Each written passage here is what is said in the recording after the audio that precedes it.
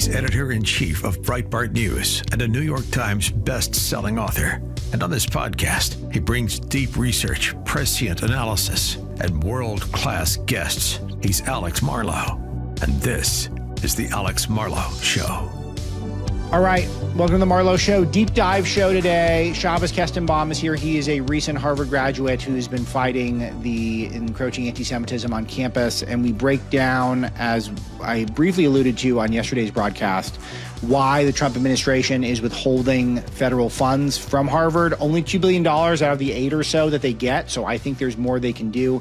But I'll tell you one thing that I think looms large over this discussion is that if these universities are not going to exemplify American values, they should not be entitled to your taxpayer dollars. And in my opinion is they shouldn't be getting your taxpayer dollars at all. They should be able to fundraise on their own. They've got their own tuitions, and we should not be forced to support these universities just by being American taxpayers, because of course they are overwhelmingly left-wing, but they're anti-free speech, they're anti-Israel, they're often anti-American, and they are also, I think, providing a lot of rot in our cities, because these universities, they dominate the economy in a lot of American cities, which have become, I think, the breeding grounds of leftism. And the left-wing movements in our country are dependent on these universities, not just for money, but also for infrastructure.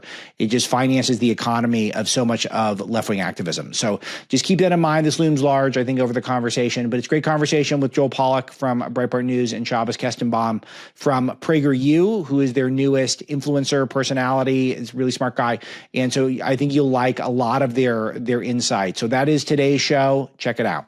All right, daily listeners know that I said yesterday on the show I want to talk about Trump cutting off some federal funds to Harvard, which I thought was long overdue and in fact inspires a lot of, I think, deeper thoughts about our federal funding of education, particularly higher education, particularly these private schools. And I didn't get around to it. And I was texting with my friends at PragerU, as I do just about every day, and I said, hey, we got a perfect guy to talk about this. And I said, who's that? Well, it's a young man named Shabbos Kestenbaum, who is the newest Prager U Contributor personality, also a recent Harvard graduate. And he's been popping up places talking about what's going on, particularly with regards to Jewish students and why it is completely unjust, completely inequitable, the way they're treated on campus. And so perfect guy to talk about it. Shabbos, nice to meet you. Thanks for being here. Likewise. Thanks for having me. So first of all, before we get into some of the details, and by the way, we are trying to pull in Joel Pollak from Breitbart, double Harvard alum. So he's got you by a little bit. I don't know if you're going to go back, but it's he's not got extra. I want to win. Yeah. And the other thing about Joel is Joel's wife has a degree from Harvard. And if you're a biblically minded person, then you become one flesh with your spouse. So I think collectively, Joel has got at least 3, maybe even more Harvard degrees there. So he's a point of authority here, and we'll invite him in a second. But give me some of your background. Where did you grow up, and how did you end up at Harvard? And did you know what you were getting into?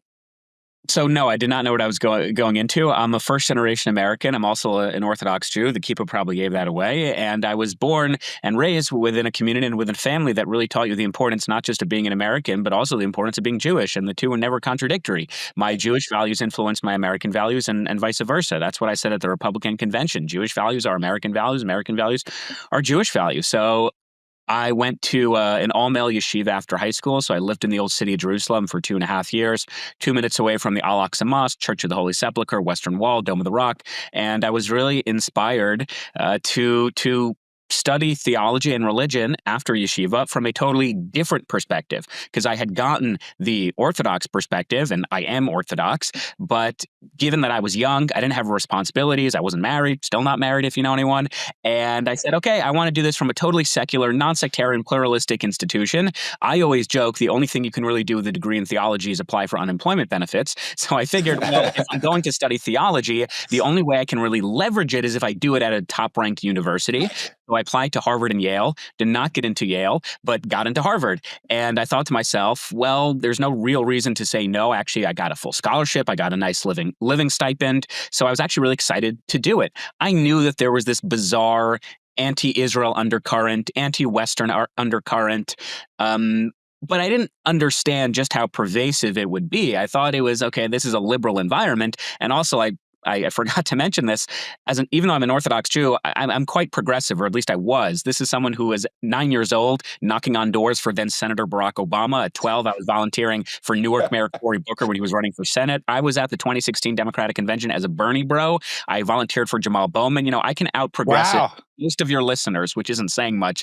But I said, okay, it's a progressive environment, but I can sort of talk the talk. I'm somewhat progressive too. And then once I got there, way before October 7th, the issues were readily apparent. And no, it is not something I really could have anticipated.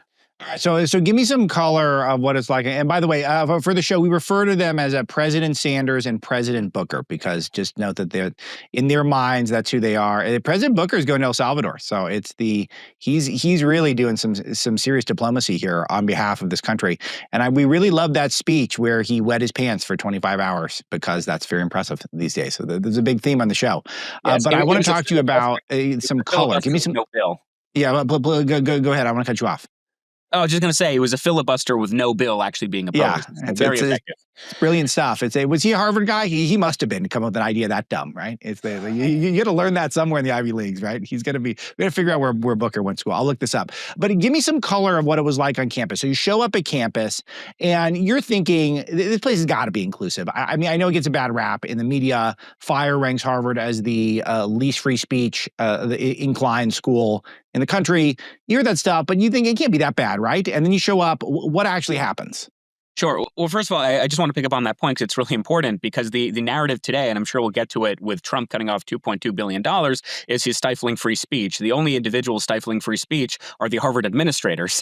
The Foundation for Individual Rights and Expression's FIRE. They ranked 248 American universities as to how well they committed themselves to First Amendment and to free speech. And of course, Harvard was ranked 248th. They were actually given an aggregate score of 0.0. So this is not an institution that really spoke about free speech up until anti-Semitism was involved. If you remember former President Larry Summers of Harvard University, he was actually forced out of his position because he made the suggestion that one of the reasons we can explain the pay disparities between men and women is just women take lower paying jobs. And he was forced out of his position for saying that. And mind you, he wasn't even agreeing with it. He was simply saying there are studies that show this.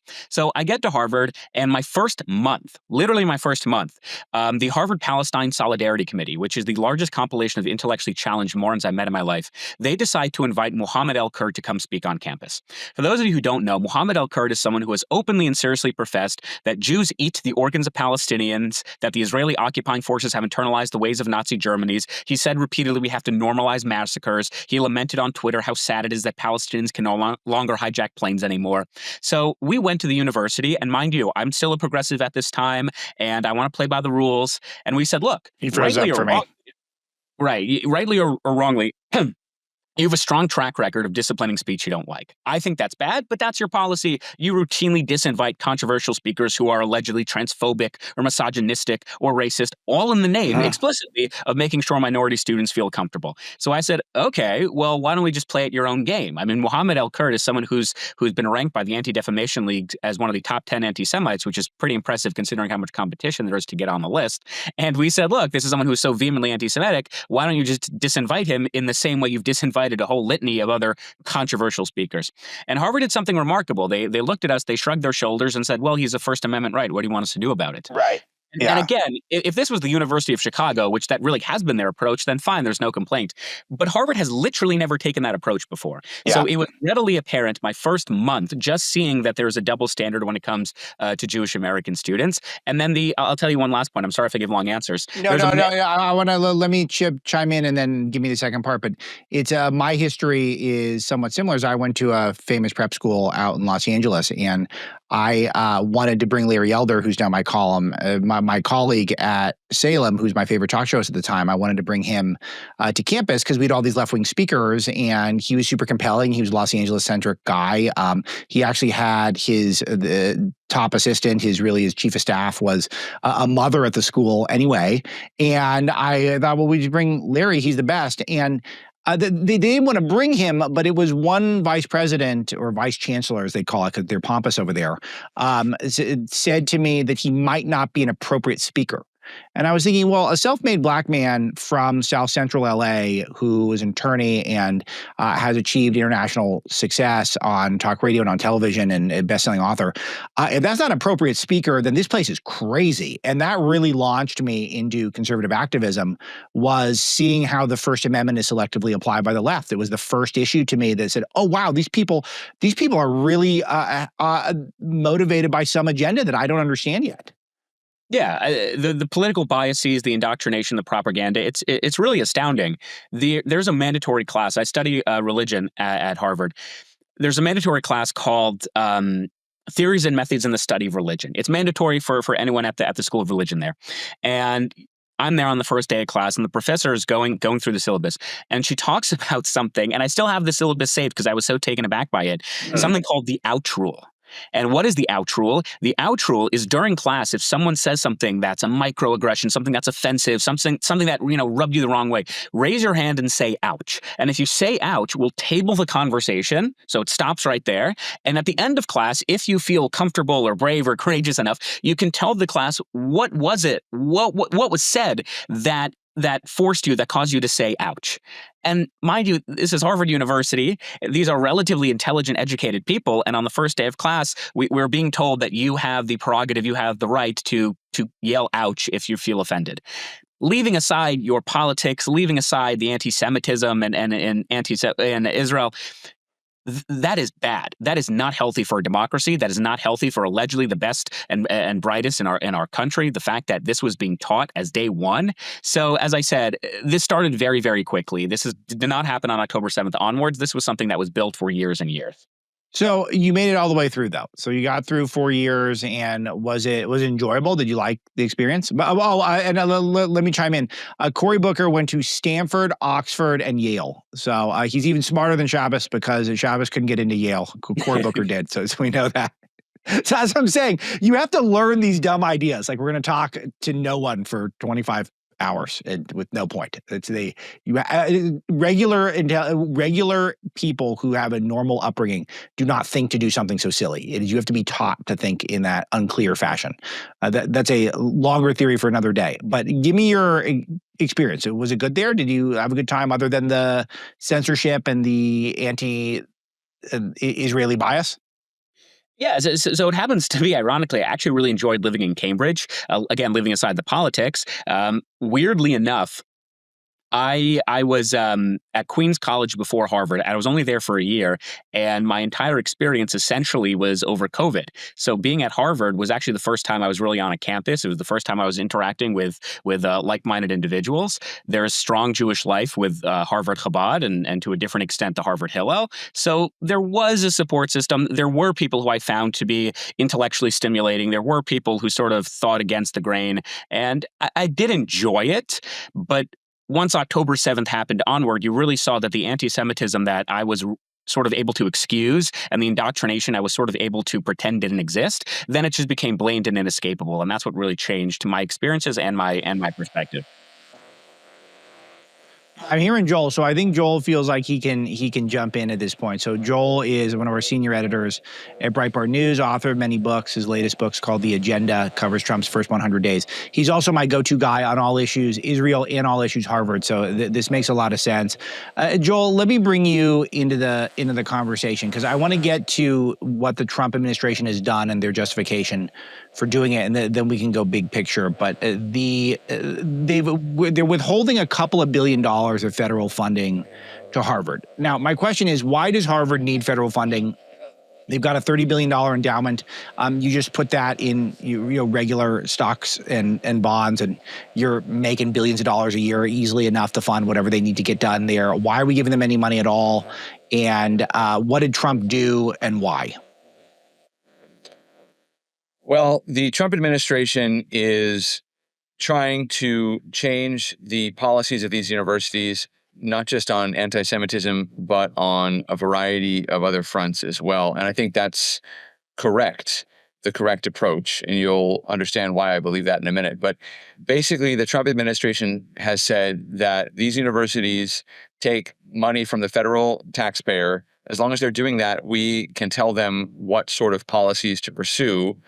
And if they don't like it, they can stop taking the federal funding. There are colleges that have done that. Hillsdale College dropped federal funding in the 1980s when the Carter administration at first tried to get them to count students by race. And Hillsdale said, we've always admitted Black students since before the Civil War. We're not going to start counting people by race now. And Hillsdale fought all the way to the Supreme Court and lost. Hillsdale actually lost. So Hillsdale said, okay, we get it. The Supreme Court has said that if you take federal funding, you have to follow these federal policies. So we're going to do without the federal funding. And I think they lost $35 million or something to that effect in the first year. But they have obviously made up for that over time by becoming an independent and intellectually renowned campus and a force within the conservative intellectual movement. So it was a good move in the long run for Hillsdale. It would be a good move for Harvard as well. If you don't want to have to deal with an administration telling you what to do, then stop taking federal funding. Then you can do everything Harvard apparently wants to do, like discriminate against Jews and Asians and so forth. You can do that within limits, but you can not count on the federal taxpayer to subsidize your unique philosophy. So that's basically what's happening. The Harvard administration has decided to fight the Trump administration. So Trump is withholding $2.2 billion out of the $9 billion in federal grants that Harvard gets. Harvard, as you mentioned, has a very large endowment. Hasn't done as well as some other endowments in recent years, but they have their own trading floor. It basically runs as a financial institution. And a lot of the assets are tied up in illiquid investments like forests in New Zealand and things like that. But essentially, Harvard hires some of the best financial talent to help it grow its endowment. And that endowment could pay for so much of the university's expenses. But people still give money to Harvard and pay tuition to Harvard, partly because they see donating to Harvard as a way to make sure their kids get in or to have some sort of influence or some kind of prominence on campus.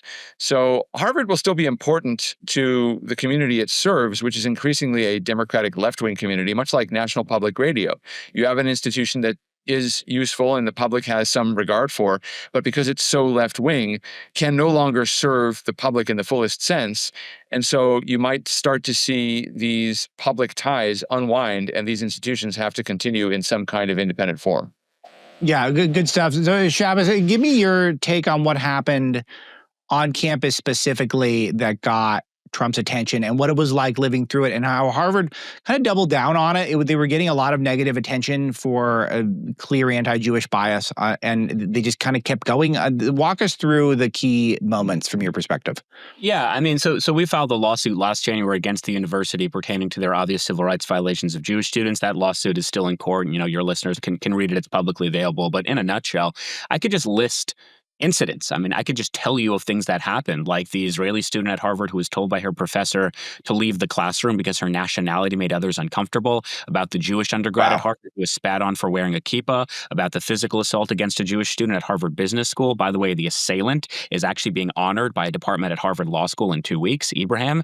He's on the Harvard Law Review, a position once occupied by Barack Obama. I could tell you about the Harvard employee who vandalized our hostage posters, writing on Kfir Bibas, who's the 9-month-old Jewish hostage who was killed in captivity. He wrote, "His head is still on. Where's the evidence?" He wrote on Noah Argamani, who's another Jewish hostage, that Jews are best friends with Jeffrey Epstein. He then challenged me to debate him in a secluded underpass as to whether Jews orchestrated 9/11, and then posted a video of him waving a machete with a picture of my face saying he's coming after the Zionist mafia, he's coming after more than blood, and he wants to fight. He wants to debate you in an underpass, meaning that's a threat. He wants to hurt you and kill you?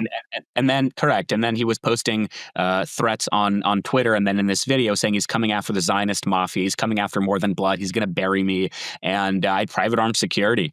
And the best part is, I wrote to Harvard dozens of times inquiring about this individual's employment status, and to this day, they've never once responded to me. And honestly, to me, the worst part, it's not those isolated, or I shouldn't call them isolated, but it's not those incidents, it's the encampments. Why do we care so much about the encampments? Forget about the fact they called for an intifada. Forget about the fact they violated all time, place, and manner restrictions. Forget about the fact they, lived in tents and refused to shower for 4 weeks. To me, the most pernicious, nefarious aspect of anti-Semitism at Harvard, and broadly speaking, institutions of higher learning in the United States, is for 3.5 weeks, every single time I, a visibly Jewish student, walked to class, cut through Harvard's campus, went on Harvard's yard, fellow classmates of mine, self-described safety marshals. They would put on these bright yellow safety vests. They would tell us where we can or can't walk on campus. And when they would see me approaching, they would take out their phone and they would start recording me and they would start following me. And I would ask them why. I would ask them to stop. They never responded. And we told the president of the university and the president of the United States, but that's a different problem. We told the president of the university that Jewish students were being followed on their way to class and recorded. And in fact, the National Lawyers Guild, which is a terrible organization, the last week of the encampments, they gave the safety marshals notepads so they could write down which room the Zionist agitators were learning in. And not only did the president of the university, Alan Garber, never respond to our emails, he actually told the encampment leaders, if you agree to pack up your tents, we will allow you to meet with the Harvard Management Corporation, which oversees Harvard's $50 billion endowment to discuss divestment from Israel. If you agree to pack up your tents, we will allow you to meet with senior Harvard faculty to discuss the establishment of a Palestinian study center. And of the hundreds of students and professors who took part in the encampments in flagrant violation of internal Harvard policy and arguably federal law, none of them, zero, had been suspended or expelled. You know how many times I've been able to meet with the management corporation or senior Harvard faculty or the president? Zero. But if you call for an intifada loud enough, and if you follow Jews on their way to class long enough, and if you vandalize enough property, I mean, at one point, the encampment leaders used bolt cutters to try to break open the locks at Harvard Yard to allow outside agitators on campus. If you do all of those things, you will be given a seat at the table. So it is a no-brainer that an institution that capitulates to the dumbest and worst and most radical elements, not just of our campus, but of our society, it is a no-brainer that the American taxpayer should not be footing that bill, compounded with the fact that this is an institution that already has billions and billions of dollars. This is an elitist corporation, and I find it remarkable that the far left that I used to be part of, the eat the rich and the oligarchy, billionaires pay their fair share, they have made a martyr of Harvard University. It just shows the level of Trump derangement syndrome, in my opinion. Yeah, an elitist corporation, brilliantly put. Joel, what's your reaction to all that? The media is broken. For decades, big cable and legacy media filtered information to hide the truth. But thanks to podcasts and new media like this show, the truth can break through, providing voices and views that legacy outlets block from the air. But big cable still is one major way to control information, and that's access. They do this by limiting access to something called spectrum. That's the invisible airwaves that power affordable wireless internet. And by forcing you into their bundles, keeping independent media out of reach, Trump and Republicans in Congress have a chance to do something different here by making more spectrum available and breaking big cable's stranglehold on information. Here's how you can get involved if you're interested. Tell your senator or congressman or both that they should encourage President Trump to sell more spectrum. We've got good friends and good partners at the show, and you can go to their website, endthecableopoly.com. That's endthecableopoly.com for more information about making more spectrum available, which our friends over there have suggested will allow for more balance on the airwaves and less dominance from those traditional cable outlets. endthecableopoly.org or .com, and you can get more information there. So first of all, if people had been following me to campus, and I know what Shabbos is talking about because when I covered the Democratic National Convention in Chicago last year and the anti-Israel protests outside the convention, they used the same tactic to try to get these so-called marshals in yellow vests to block public access to a public park. Shabbos, that would happen once to me, and then the next day I would be arrested for assault because there's no way I would put up with that. And I commend you for your restraint. But basically, there would be many people going to the hospital, both the people who had tried to follow me and probably me as well. And then I would probably be arrested and expelled. But I would not stand for that for a minute. It's so invasive and frankly unacceptable at an academic institution. It shows you the degree to which Harvard has completely abandoned its own institution to the mob. But let me give you the background to this. So the Harvard I graduated from, first in 1999 and then in 2009, was a very different place. At that time, Harvard was the most pro-Israel of the Ivy League campuses. And that's partly because it had some of the leading luminaries of Jewish scholarship and pro-Israel commentary on campus, including, of course, Ellen Dershowitz, who's still out there writing and arguing, and Ruth Weiss, a professor of Yiddish literature, also still very active. She's retired, as is Ellen Dershowitz. They left Harvard, and nobody really filled that vacuum. There were a few, and of course, the Harvard Hillel, the Harvard Chabad, and some of the outstanding students, such as yourself, have stepped up. But when you had Dershowitz and Weiss on campus, they really were powerful voices for the pro-Israel side of the argument. And there was an anti-Israel contingent, but it was very small. There was no Israel Apartheid Week. The anti-Israel groups were pretty fringe. Whenever left-wing students tried to set up encampments in the yard, it wasn't about things like Israel or foreign policy. They were trying to show solidarity with striking security workers, and they would stage these hunger strikes, which were pathetic because they aren't real hunger strikes. The people are still drinking energy drinks the entire time, and everybody just made fun of them. The Harvard Crimson made fun of them. The radical fringe was still a fringe. If you wanted to find real radicals on the Israeli-Palestinian issue, you had to go a couple of T stops to, I guess it would be the southeast, toward MIT in Kendall Square, where Noam Chomsky had attracted a small cult following who loved his anti-Israel diatribes. And that's where the anti-Israel action was. It was at MIT, but it was still a fringe phenomenon. There was a professor at Harvard named Mattori, I forget his first name, and he was upset because the anti-Israel contingent was so poorly represented at Harvard. And he complained that the anti-Zionists or anti-Israel people were being ignored, that they would lose arguments, but they deserved a privileged place at the table because the pro-Israel argument was simply so strong. And at that point, that was a laughable claim. And the pro-Israel students and faculty said, well, if you had better arguments, more people would listen to you. But Harvard is a place that values truth, and your arguments just don't hold water. So nobody cares about what you have to say for a good reason. And that's where it ended. All of this changed around, I'd say, 2010, 2011, and slightly thereafter. And there were a number of background factors, I think, that changed it. One of them was Barack Obama, who once he was elected, moved the Democratic Party in a more anti-Israel direction. Another change was the Occupy movement. So the Occupy Wall Street protests established occupying a piece of property, public or private, as a legitimate form of protest. It was kind of funny because some of these fringe activists would argue against the Israeli quote-unquote occupation, but then their practical response as a protest was to occupy somebody's property. But Occupy legitimized that form of protest. But what really happened was the Black Lives Matter movement made everything in America about race, and that had an effect on Harvard's campus in a very profound way. And we covered this at Breitbart, and I had sources inside Harvard who were talking to me about it, and I had things to say about it as well. But the president of Harvard at the time, whose name was Drew Gilpin Faust, she is a Civil War historian, and she did a couple of good things. She brought the ROTC back on campus after it was banished at the end of the 1960s when the anti-war movement was very strong. But she went around campus essentially saying that Harvard had to apologize for slavery. She didn't do that at the start of her tenure, but she did that after the Black Lives Matter movement became prominent.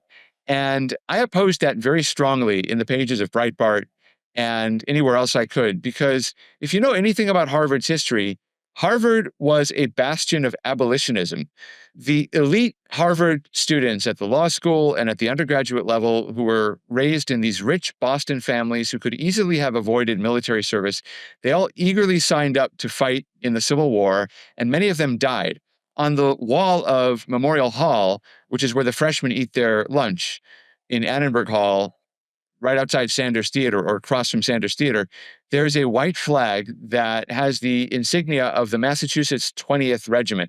The Massachusetts 20th was composed almost entirely of Harvard students and Harvard graduates in the Civil War, and it was disbanded. And the reason it was disbanded was so many of them died fighting for freedom that there was no one left to staff the regiment anymore. So the Harvard students who were fighting to end slavery were then sent to other regiments. But that's Harvard's contribution to freedom. That's the legacy of Harvard when it comes to slavery. But Drew Faust, who knew that history, went around saying, well, we have to apologize for whatever role Harvard might have had in slavery.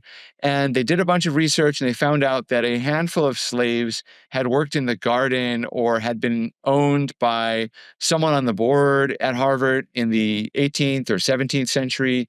And this had almost no effect on Harvard whatsoever. But, they found out that the law school insignia was named after the family crest of a family that had owned slaves at some point. So they went looking for signs of slavery. And instead of teaching Harvard students about the value of military service, about the sacrifices that came before them, about the intellectual tradition of names that are still on the buildings at Harvard, like Emerson, who was a passionate opponent of slavery and a supporter of Abraham Lincoln. They don't teach that to Harvard students, nor do they teach the legacy of George Washington, whose Continental Army was camped out across the street in the Cambridge Common. They don't teach about his religious tolerance, his pledge to protect the safety of American Jews. They don't teach any of that. They went in for this simplistic racial nonsense. And that, I think, unleashed the demons on campus. And so what started happening was they started renaming things. Harvard has these houses that are large undergraduate dorms for sophomore, junior, and senior year students. And previously, they were presided over by people called masters. Each house had a house master. The name master was removed and replaced with the name resident dean because some people complained that the word master had connotations of slavery, even though it had nothing whatsoever to do with slavery. And the dorms were built in the 1930s during the Depression and not during the era of slavery in Massachusetts, such as it was. So there was this psychotic attachment to supposed symbols of oppression. And this was amplified by the administration and by members of other bodies and boards at Harvard. And it became a very big deal at the law school.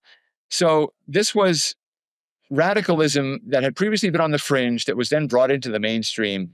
And that's the context in which the anti-Israel movement began to grow.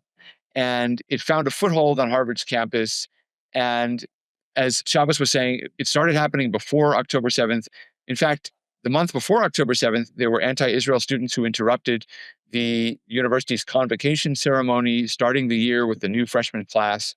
And that had already happened before October 7th. So when October 7th happened and these 35 student groups signed this letter blaming Israel for the terror attack against innocent Israelis, that was the culmination of a process. And instead of disciplining those student groups, Harvard then decided not to do anything and then to defend them as if they represented free speech. And this, of course, after Harvard had quashed everybody else's free speech who happened to have a conservative point of view.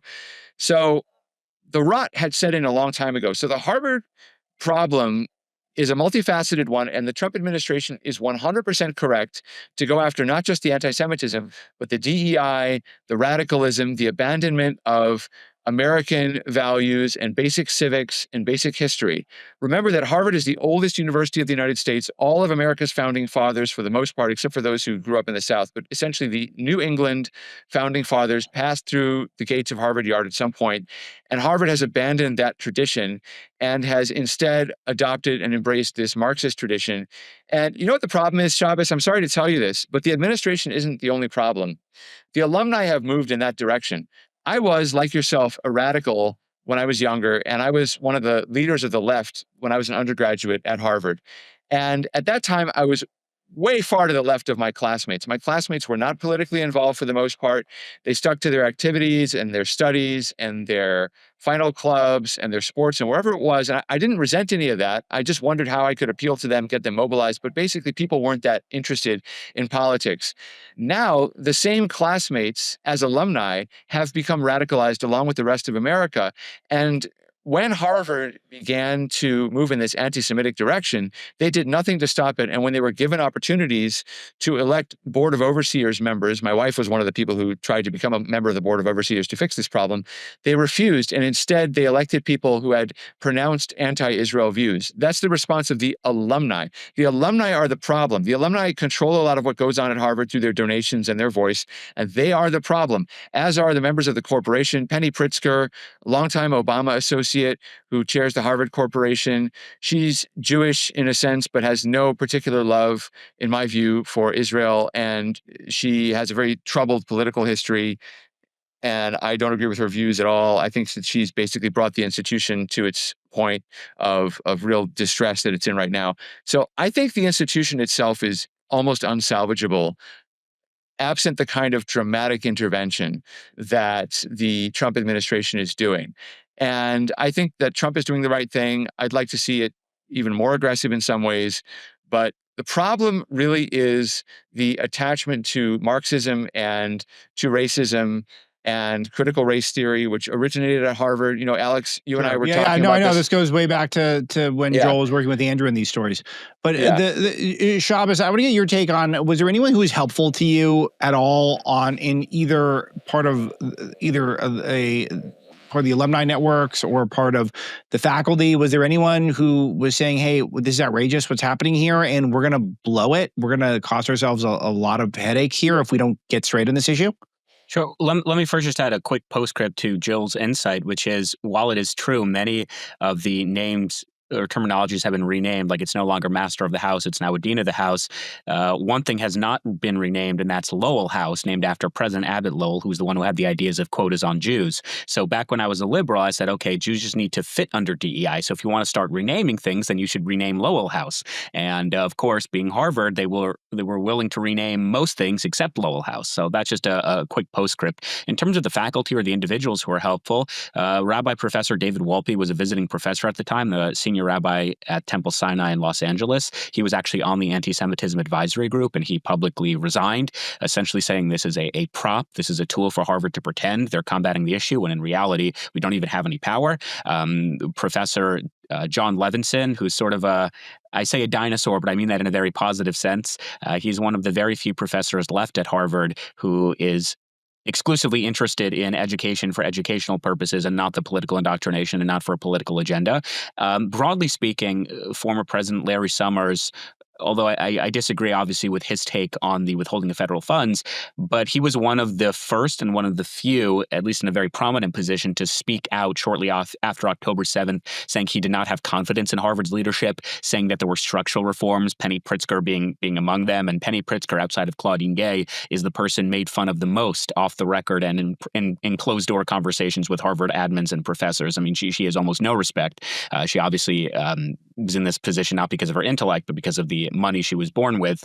And unfortunately, we can count these people on one hand because, as Joel said, it's a structural problem, and we do not have a critical mass necessary at this point to reform Harvard.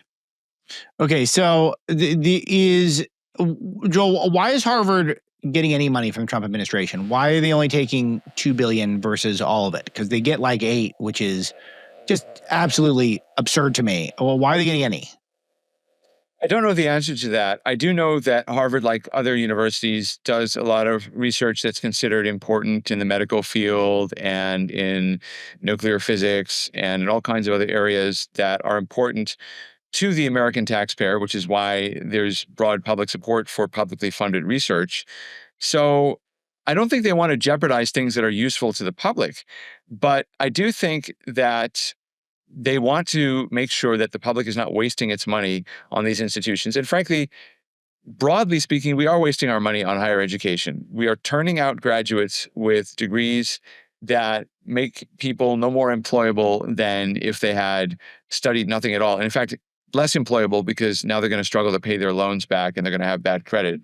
So I think that the reform of higher education in this country is long overdue, and Harvard needs to justify the price tag, and the price tag not just for the students, but for the American taxpayer. Under Obama, by the way, the federal government moved into the student loan market in a very big way.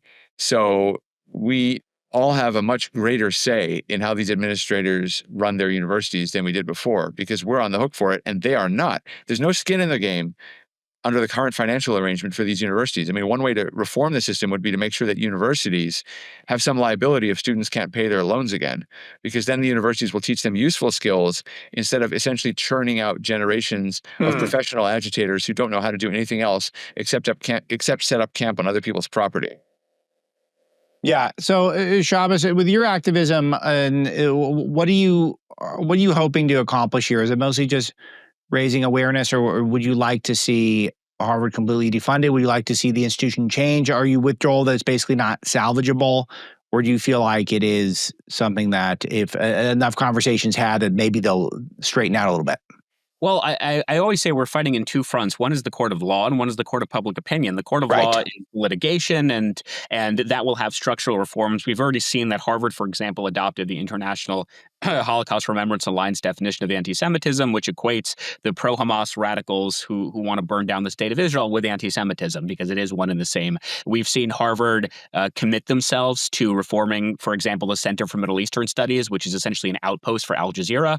And the current showdown between Harvard University and the Trump administration basically boils down to 2 points. One, Harvard insists on violating the civil rights of Jewish students. And two, the Trump administration is refusing to allow the American people to subsidize said civil rights violations anymore. And the federal government withheld funds to racist schools. President Eisenhower did it, of course. The federal government, especially under Obama, threatened to withhold funds to campuses that either refused to combat sexual assault or refused to allow transgender students to use their preferred restrooms. So we have to stop pretending this is somehow this unprecedented assault on higher education and recognize that this really has nothing to do with attacks on free speech or higher education. It simply has to do with the egregious civil rights violations that Harvard and other Ivy League institutions perpetrated on American universities. At its core, Harvard has no constitutional right to federal funding, but Harvard students do have a constitutional right. They have a constitutional right to not be discriminated against. So in addition to the court of law and all the federal mandates that we want to see, or the federal policies, I should say,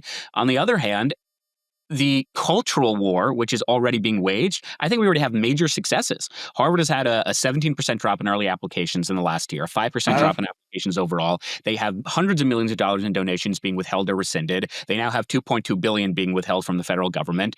I have conversations pretty regularly with billionaires and hedge fund managers and CEOs who've told me to my face, Shabbos, we really don't want to hire these types of people anymore. Yeah. And so long as we recognize that Harvard does not have a monopoly on intelligence, Harvard does not have a monopoly on good paying jobs, Harvard does not have a monopoly on the national conversation, I think those are really good things. I think what Barry Weiss is doing with the University of Austin is incredible. It's essentially saying that we want you based on your merit, and we want you to give you the tools to succeed and be a productive member of society and vouch for Western civilization, as opposed to the indoctrination happening at Harvard. I'll give you two quick anecdotes. And I said this yesterday, the day after Trump was reelected, Wednesday morning, Harvard professors canceled classes. They baked lemon squares for their students. They hired Sunshine the Puppet to console students. There was story time with Marty. There were massages. There was basket weaving. I mean, you want to hire these individuals? I spoke at a hedge fund 2 weeks ago, and I told this group of hedge fund guys who are not Jewish, I said, you don't want my classmates as coworkers. You don't want them collaborating on projects. You don't want them sharing office space with you. You don't want them as colleagues. These are people who are incapable of critical thought, who have become guinea pigs of this experiment in indoctrination. And going back to Joel's point earlier, one of the first classes I took lots of classes on Israel-Palestine because I wanted to show my classmates I'm not this insular, misogynistic, conservative, Orthodox Jew you surmise I must be. So I took a class on Israel-Palestine, and the professor gets up, and in the first week of class, she talks about that one of the greatest things you can do when you leave these hallowed halls of Harvard University is to be an activist. That is the goal of our education. It's to be an activist. It's absurd. And again, the core of the issue, even if you think all these Jews are making up the anti-Semitism, you think all these conservatives are making up the indoctrination, at its core, why is an institution that has more money than most countries' GDP getting billions of dollars in American taxpayer money on an annual basis? There's an article in the Harvard Crimson this morning that is basically saying that the Harvard Medical School will be one of the first ones to get hit with these cuts. So therefore, they're already starting to euthanize their monkeys. They're already starting to lay off their faculty. And to me, it is remarkable that rather than committing themselves to intellectual diversity, rather than encouraging conservative voices, rather than fulfilling their mandates under federal law, Harvard would rather euthanize a bunch of monkeys. I mean, literally, that is what is happening today in Cambridge, Massachusetts. It totally underscores the insanity and the complete inaccountability that these universities have gotten away with for years. All right, it's Wednesday. It is hump day as we were doing the show. And I will tell you, I'm already thinking about grilling. I'm always thinking about grilling. So far in the last few days, I have done the reverse seared steak on the Solaire infrared grill. I have done the reverse sear pork chops bone-in on the infrared grill, and I am looking at what is going to be the next time I get to use that thing. I got a tri-tip in the freezer. That's looking pretty appealing. Mrs. Dr. Marlow likes the fillets because they're sort of leaner, but I will tell you, I think about that thing a lot. I'm thinking about burgers now. Now that I think about it, I have not had a burger this week. I love to do the burgers on the Solaire infrared grill. BestHotGrill.com. Made in America, high-quality products. It is a regular part of my routine to cook for my family. on a made in America stainless steel Solaire infrared grill. High quality stuff, hottest, fastest grill in the market, locks in those juicy flavors, heats up to 1,000 degrees in about 3 minutes. It is ready when you are, and I'm pretty much always ready to grill. So I'm just thinking about it as we head towards the weekend. Can I get to that barbecue on the Solaire infrared grill? I think I can. I don't know what I'm going to do yet, but I'm already thinking about it because it's just good for everything. The chickens, the burgers, the steaks. It is one of the best ways to cook your food, period. Easy to do, high quality, made in America, great company, besthotgrill.com. You know what really strikes me? Harvard's reaction. Yeah, let me chime in here, Joel. Harvard's reaction to Trump was saying that they would not surrender its independence or its constitutional rights. No one's asking for them to surrender constitutional rights, and they're not independent. They take money still. They're still taking a lot of money from the government. Hillsdale College doesn't take money from the government. And Joel, you, as I mentioned, your family has many, many degrees from Harvard, but you guys set up a scholarship at Hillsdale College. And I'm guessing it's for these exact reasons. It's part of the reason. The other reason is that the scholarship we set up for my late mother-in-law, Rhoda Kadali, also was set up at Hillsdale because Rhoda was a committed Christian, and we felt that that was the best place to honor her legacy at an institution that united the values of her Christian faith and also the values of freedom that she embraced in her life. But just to build on Shabbos's point, the activism part of it, again, when I was a student, there were maybe one or two professors who would say things like that. And Shabbos, I'm curious how many classes are taught right now about the Israeli-Palestinian conflict, because when I was there at the law school, there was only one. It was taught by Duncan Kennedy, and it was a seminar with 15 people. And I was part of that seminar. And I'll never forget a little straw poll that he did in the classroom. He was very anti-Israel, but he was willing at least to hear the other side of the argument. He's one of the fathers, by the way, of critical legal studies, which is the forerunner of critical race theory. And he asked the class, is it permissible to kill Israeli civilians? That was the question. And of the 15 of us, 4 of us said no. 11 said yes in some form, or they abstained. So only 4 out of 15 said no. And the 4 were interesting. 2 of us were Jews, so we had a bias toward Israel, I guess you could say. 1 was a pacifist, so she was opposed to the use of violence in any circumstance. And the 4th was a Muslim guy from Sudan. He was actually from Darfur. And he was the last person I would have expected, given that I knew his name was Muhammad. I didn't know much more about him at the time. He was the last person I would have expected to oppose killing Israeli civilians. But because he had been on the receiving end of an authoritarian Arab dictatorship, he understood what that meant in the Middle East. And so he actually stood up for Israel. Whereas all these Americans who hadn't grown up in Darfur, they said it was okay to kill Israelis on the idea that every Israeli is potentially a soldier and any Israeli is potentially a settler. And it was absurd to me. It was so morally absurd, but it was confined to one class. And you're 100% right that the mission of the university has changed from truth, which is its motto, Veritas, to change, which is about activism. It's about overthrowing the government and society. One last story, Alex, and I think this story... No, take your time. This is enjoyable. When my wife was studying economics, she was an undergraduate at the time that I was at law school, and we were dating at the time. She kept coming to me and saying there was this course on American economic history that she was taking. She, by the way, is now the chief economist of the U.S. Department of Labor in the Trump administration. So she did pretty well with her Harvard economics degree, and she's helping set labor policies. So she's in a pretty good position after all this. But she was taking this course in American economic history, and she kept coming to me and saying, "You would not believe the stuff this professor says about Jews." And I said, "You're right, I don't believe it. That can't possibly be happening. I love you and trust you, but I got to hear this for myself. There's no way that you actually have a professor teaching that America's financial and industrial history was governed by a small elite group of Jews working together with a few tolerant WASPs in Manhattan to control everything, and that they still control everything." It was like conspiracy theory land. It was unbelievable. So I said, I got to hear this for myself. So I went to the class, and the lecture I attended wasn't about that topic in particular, but it was about the internet.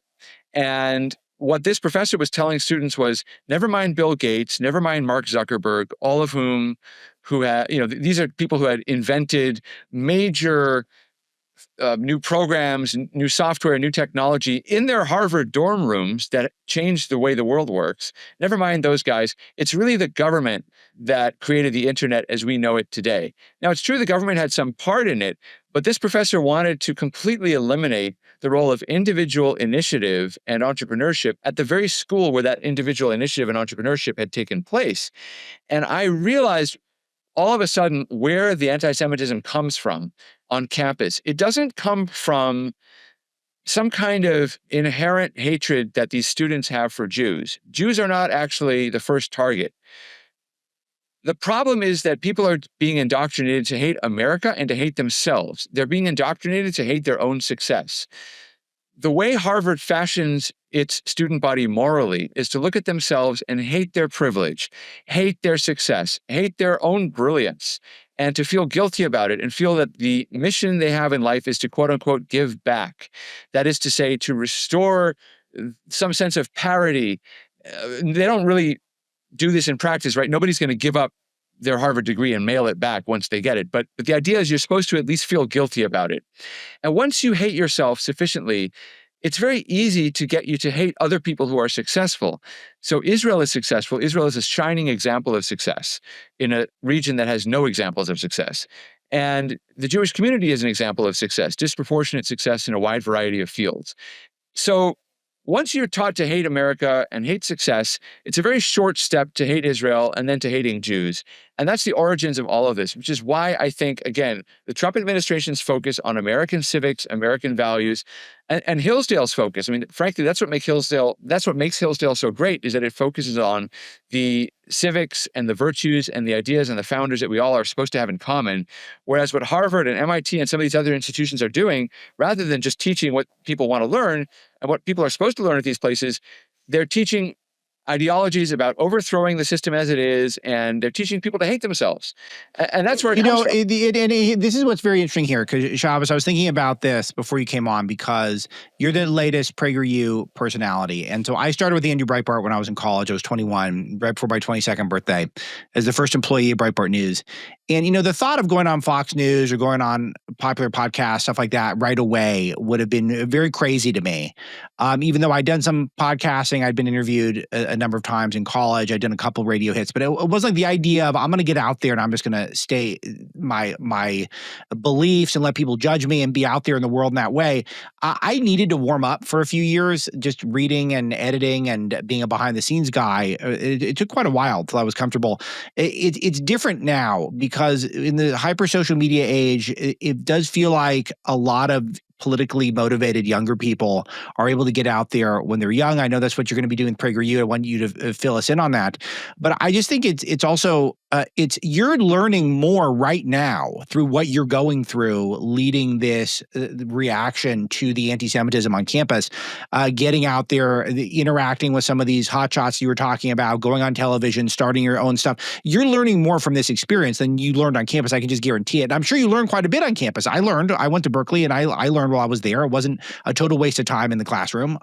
Some classes were, but most of them weren't. Even the woke ones were still interesting in a lot of ways. It was just useless information I was getting. But speak to that phenomenon of, because this is something that could really hurt Harvard and all the Ivy League in general, is that the word is getting out that lived experience is more educational than what's going on in these classrooms. Well, I think to sort of take a line from Elon Musk when he says, "You are now the media," he's absolutely right, because everyone with a phone in their pocket, anyone with a computer or network signal, they in many ways are the media. So too when it comes to politics, when it comes to education, when it comes to academia. I don't know what the long-term consequences are, but I can tell you, do you really need to be in a classroom, certainly one at Harvard, in order to achieve the professional success that in decades of American life we have been taught that, yes, that's the golden ticket? I would say two things, and I want to get back to Joel's point because he raised so many interesting points, but I'll say this. this generation, I mean, young Americans, I don't just mean young American Jews, but young Americans, we are trending a lot more conservative, especially to people who are our age 10, 20, 30 years ago. That is a direct result of challenging the status quo, challenging the normative politics, and challenging what we're being taught in the classroom.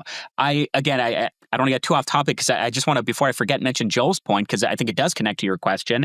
I agree there's a hatred of the self. I agree there's a hatred of America. Absolutely. There's also a hatred of whiteness. And I'm not saying this as a conservative. I'm not saying this as No, there is. It's just true.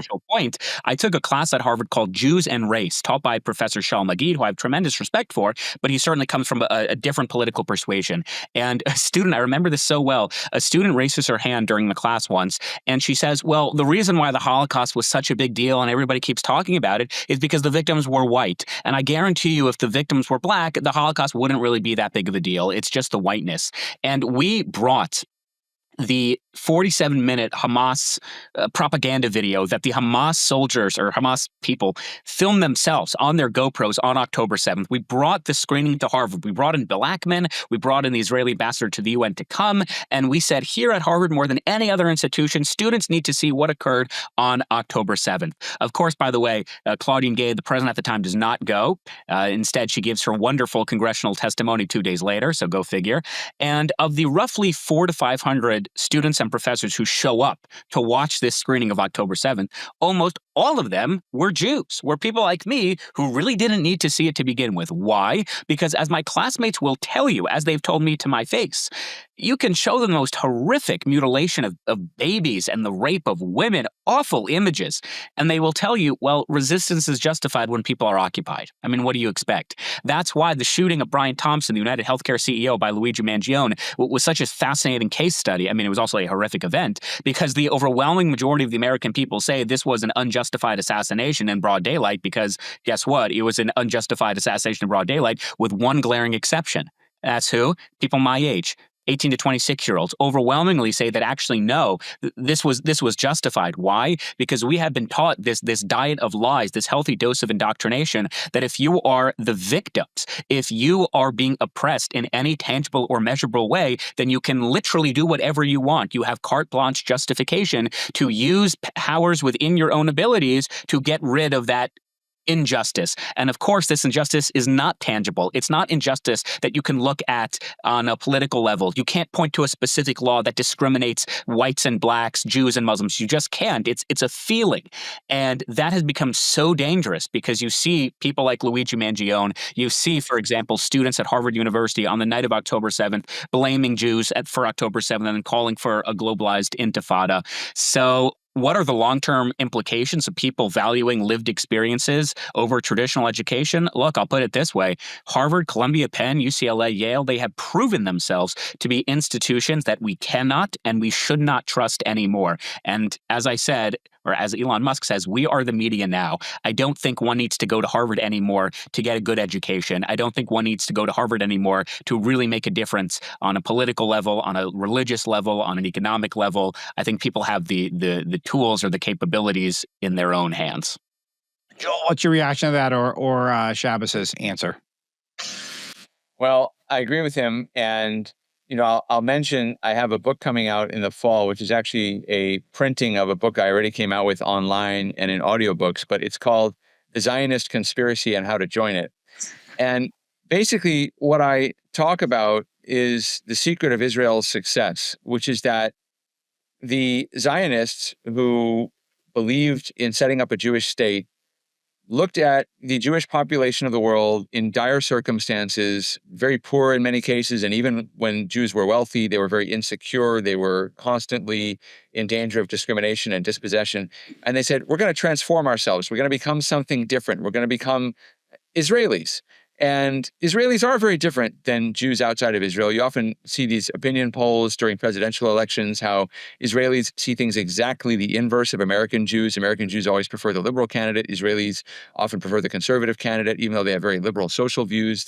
They respect strength, and so they tend to prefer Republicans in the White House. And the Zionists created something new for themselves, of themselves. And I talk about how that lesson, that you can actually control your own identity, is applicable in so many different circumstances. And I talk about the principle of Zionism, lowercase z, which is essentially just the idea that you can transform yourself in that way that changes your entire situation, not just your identity.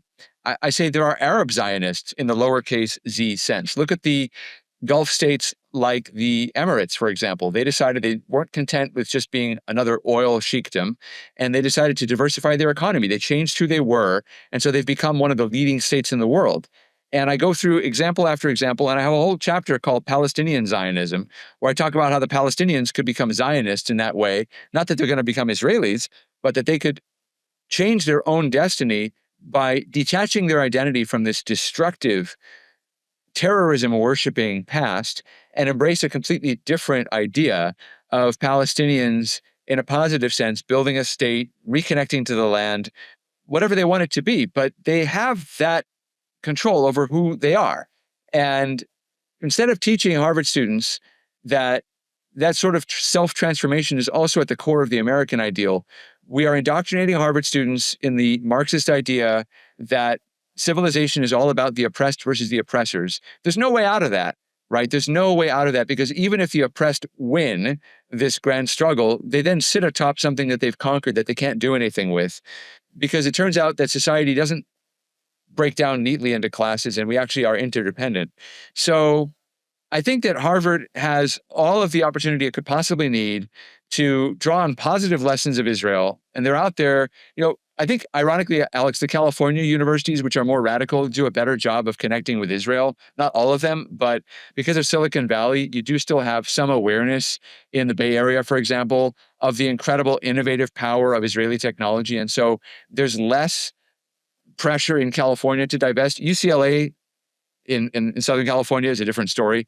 But I think as long as you tap into this idea of innovation, self-reinvention that Zionism really represents, I think there's a lot that Americans can learn, a lot that these students can learn about their own lives. And I'll leave you with this. Shabbos, when I was in that class about the Israeli-Palestinian conflict, and we had that breakdown of the 4 who voted not to kill the Israelis and the 11 who voted to kill the Israelis or abstained, I turned to one of the students who voted for killing the Israelis, and she happened to be an American. I think she was Irish in her national origin or whatever, but just, a smart girl. And I said to her, what kind of Palestinian society do you want to build? I mean, if it's okay to murder civilians, what kind of society do you want? Do you want a democratic society? Do you want an Islamic society? And she looked at me and she said, I hadn't actually thought about that. I hadn't actually thought about what it would be like. And I said, you're advocating for this cause, but you have no idea what it looks like. So that's the question that Harvard students need to be asked, not just to win an argument, but okay, you want to participate in this debate? What's your positive contribution going to be? How are you going to help Palestinians move beyond where they are now? Or is your contribution simply to protest against the existence of Israel and protest against what Israel does to defend itself and the lives of its citizens? Because let me tell you, Israel's not going anywhere. It's a coherent, cohesive society. It's got thousands of years of history. It's got a very optimistic view of the world. Israelis used to be the number 2 most happy society in the world. Since October 7th, they went down. Now they're only number 5 on the list of happiest societies in the world. The reason they're happy is because they live their lives fully. And even when faced with existential terror, they have things they care about like family. They like their military service. They enjoy the best of life. Don't you want to learn from that? Don't you want to create that for yourself? And if you want to help other people around the world, don't you want to create that for Palestinians instead of a life of struggle? And don't tell me that Palestinians can't have it because Israelis have it. That's a dead-end loser view of the world. You can help people have it. The Jews who survived the Holocaust came to Israel and built a society.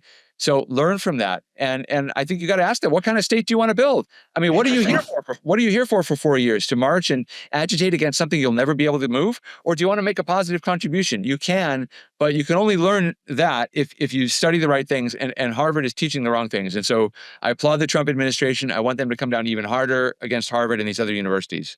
Joel, so what do you do about it? What are the steps?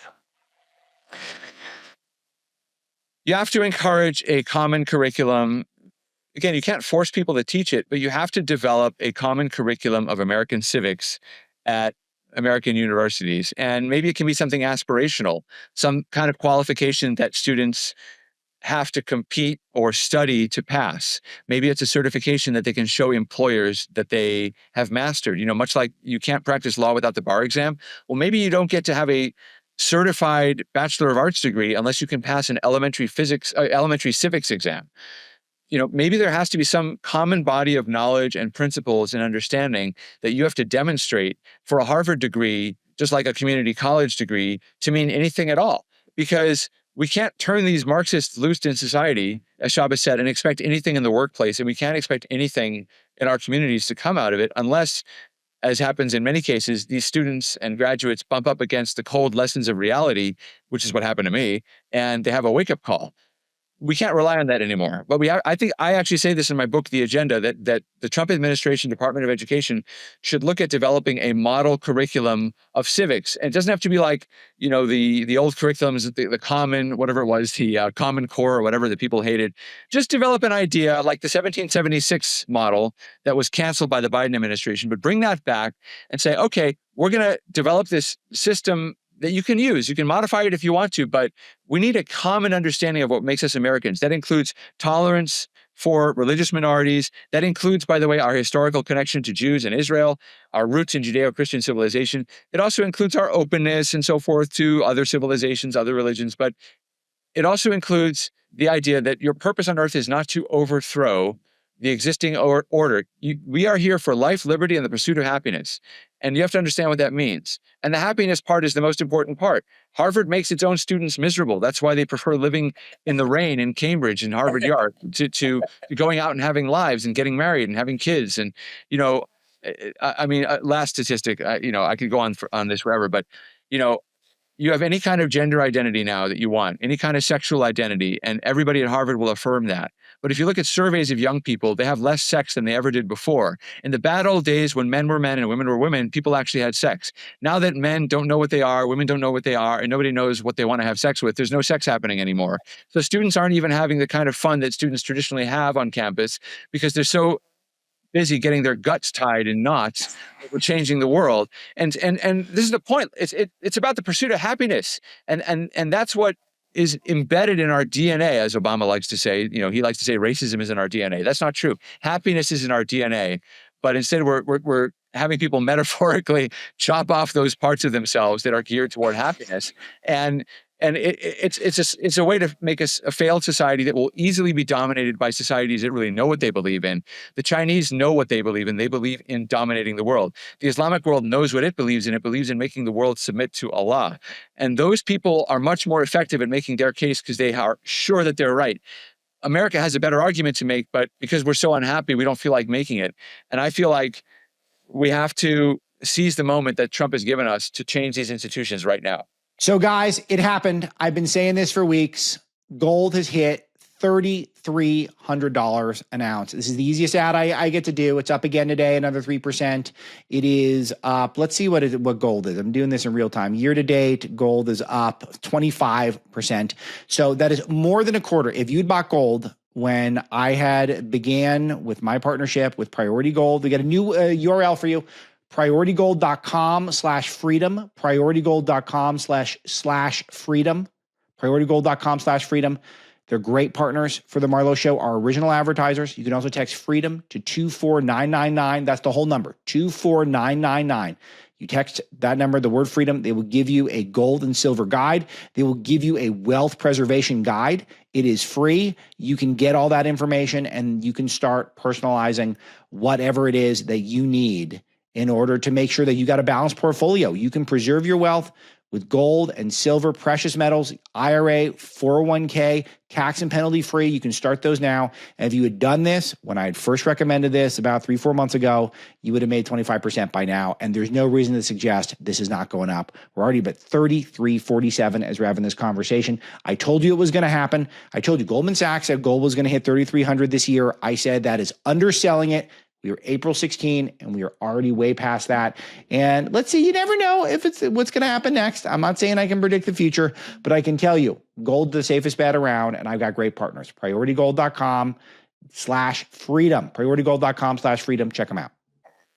Very nice. Very, very good. Shabbos, I imagine you got some reaction to that.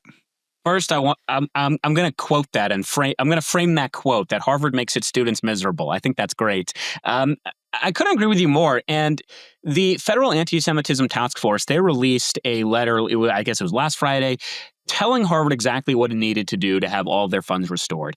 And if you are an objective observer and you read that list, almost all of the demands are entirely reasonable. It ranges from merit-based admissions to intellectual diversity to a capitulation away from indoctrination and wokeism. And the fact that Harvard responds by saying, well, we're just not going to play ball, and instead we want our independence while also taking $9 billion from the American taxpayer. So I think two fundamental things have to happen. Number one, we have to start voting for policy. Wait, are you suggesting that that's an odd take, that we're independent, but we also need billions in taxpayer money?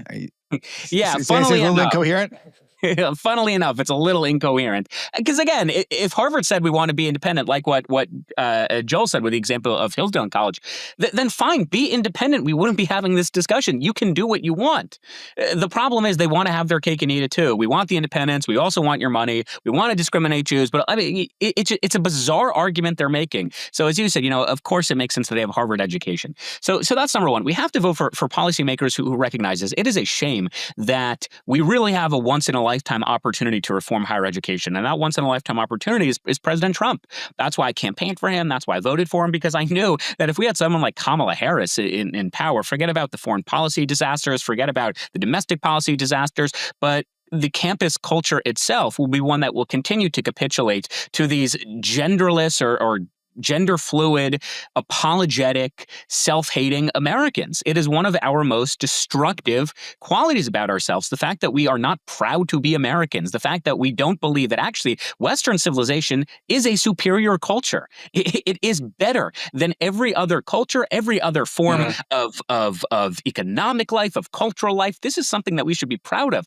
And going back to your first question of who am I, what are my backgrounds, ultimately I'm someone who was raised with an immense appreciation for all of this country stands for and what it offers. My dad came to this country 30 years ago to start a small business. It's a business that he still runs to this day. He's the chairman of it, and he is proud to have contributed to this society. But when you are given a culture or given a society that tells its most gifted, its most intelligent, those at Harvard and Columbia and Penn and elsewhere, that the best things they can do are to be apologetic social justice warriors, I mean, then it's no wonder you have young people increasingly saying they wouldn't fight for the United States if we were in a war with China or in a war in the Middle East. We just wouldn't fight with the United States because actually we don't really believe in the powers of the United States.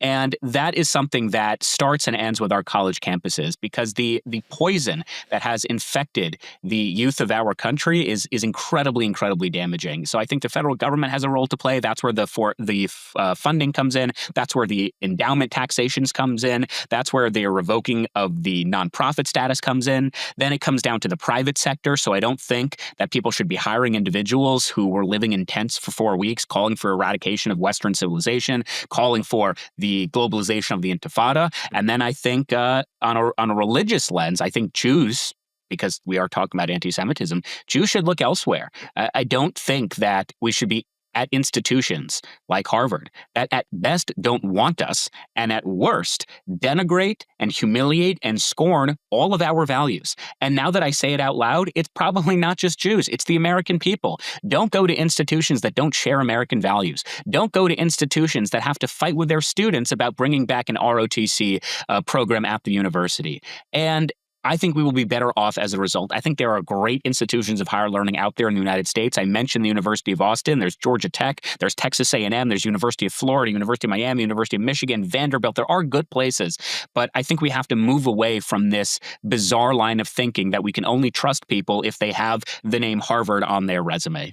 Yeah, I think that's super important. And I think that a lot of the values that the Jewish students at Harvard have exemplified are compatible with American values, and the pro-Hamas protesters are just not compatible with American values. And it does come down to that fundamental. So it makes sense that we'll wrap things up there.